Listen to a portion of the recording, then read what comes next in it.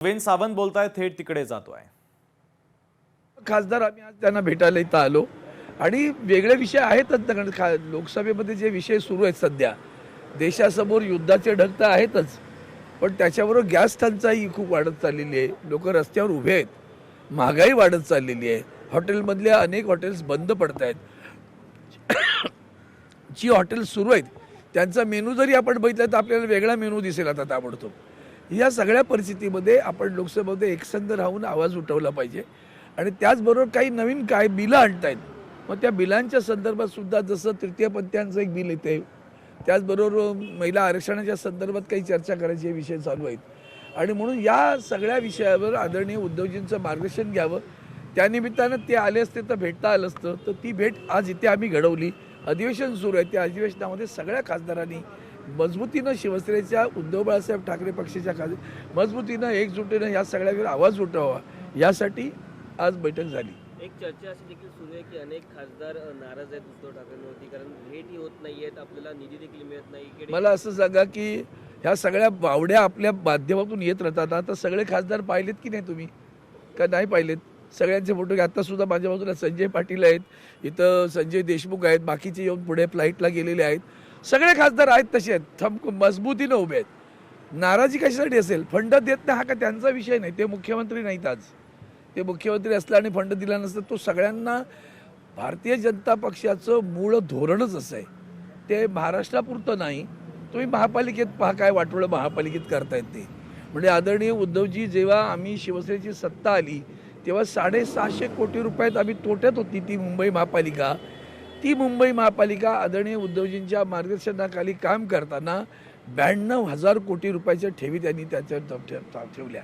त्यातून कर्मचाऱ्यांची देणी असतात निवृत्त झाल्यानंतर, ती सगळी देता येतील आणि जो काही निधी आवश्यक आहे वरचा तो विकासासाठी, जसं आपण कोस्टल रोड पाहिला, हा हे उद्धवजींचं ड्रीम आहे, त्याने ते पूर्ण केलं. ते त्या पहिली गोष्ट लक्षात ठेव, महापालिकेच्या पैशातून उभं केलेलं ते स्वप्न साकार केलं, लक्षात घ्या, राज्याच्या नव्हे. म्हणजे या अशा पद्धतीनं मुंबई महापालिका चालवत होती. आता त्यातनं आम्ही आता DPDC-मध्ये आहोत, मी खासदार आहे, हे सगळे खासदार आहेत तिथे. तुम्ही विचारा, त्यांना प्रश्न विचारला पाहिजे. म्हणजे जे खासदार नाहीत, जे आमदार नाहीत, जे नगरसेवकही नव्हते कालच्या निवडणुकीच्या अगोदरपर्यंत, त्यातले काही निवडून आले असतील, त्यांना 8-8 कोटी रुपये निधी दिला. त्यातला माजी खासदार आहेत, ते आजही कुठल्याही पदावर नाहीत, त्यांना 8 कोटी निधी दिला गेला. आणि आम्हाला 3 कोटी देताना ना केवळ त्यातला एखादा कोटी दिला तर दिला, तो पण आता अजून साकार झाला नाही. आम्ही काय भीक मागत बसायची राज्याकडे? शेवटी जनतेनं आम्हाला निवडून दिलंय. तुमची बांधिलकी सरकारची जनतेशी पण असली पाहिजे. आम्हाला निधी देत नाही तुम्ही, तो जनतेला देत असता. तुमचं काय घोडा मारलं त्या जनतेने, ज्या जनतेने ह्या खासदारांना निवडून दिलं, त्या मतदारसंघातील जनतेचं तुम्ही वाकडं करण्यासाठी तुम्ही निवडून आला. तिथं तुमची लाडकी बहीण बोडकी असं काय जे दुसऱ्या बाजूला असेल काहीतरी, तर ती त्याच्या काही त्याच्यामध्ये तुम्ही वागता आमच्याशी. आणि हे जी वागणूक आहे हीच लोकशाहीला घातक आहे. विरोधी पक्षाच्या सगळ्या खासदारांना आमदारांना वेठीच धरायचं, आमच्याकडे पाया पडायला मग तुम्हाला निधी देतो, हे जे काही चालू आहे ना, हे लक्षात ठेवा. काळ हा त्याचं सूड उगेल, बरं, बुमरँग होईल.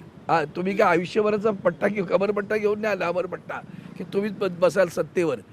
इथं तुम्ही जनतेची बांधिलकी आहे तुमची. जेव्हा माननीय मुख्यमंत्री महाराष्ट्रासंदर्भात बोलतात तेव्हा हे ज्यांनी आम्हाला निवडून दिलं ती माणसं महाराष्ट्राची नाही का?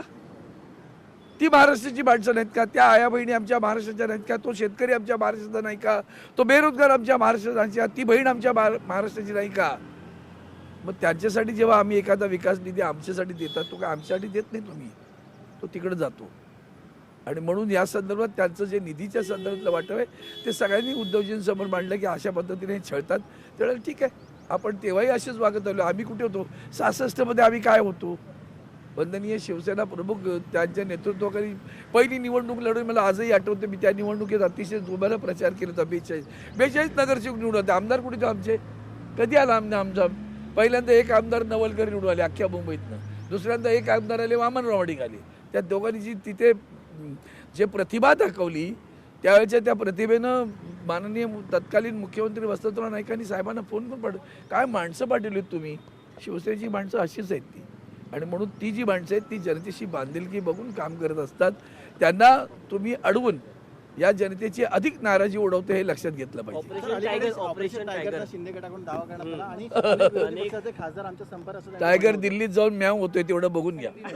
आपण बघतोय राज्यामध्ये खरात पाहिजे ते महत्वाचं आहे. भाजपला टोला लगावलेला आहे.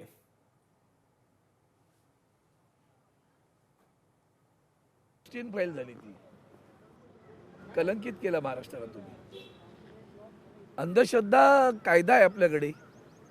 भोंदू बाबांच्या पाठी लागून कोणी रेड्याला मारलं, त्याचं रक्त वाहिलं, कोणी काय काय केलं आणि सत्तेवर बसलात तुम्ही. कोणी कोल्याचे कान कापले. हे जेव्हा ऐकतो ना, असली माणसं राज्यकर्ती तुमची संविधानापेक्षाही. आणि हेच पक्षाला जय श्रीराम करत फिरत असतात बरं. त्याबरोबर रामचंद्रांनी पण असं कधी वागले नसते.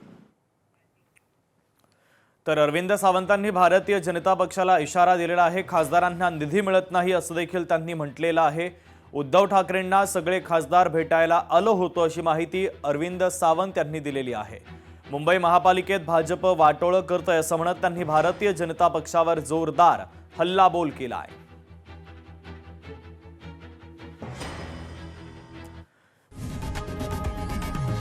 लोकशाही मराठी ऐका, पहा, जागरूक रहा.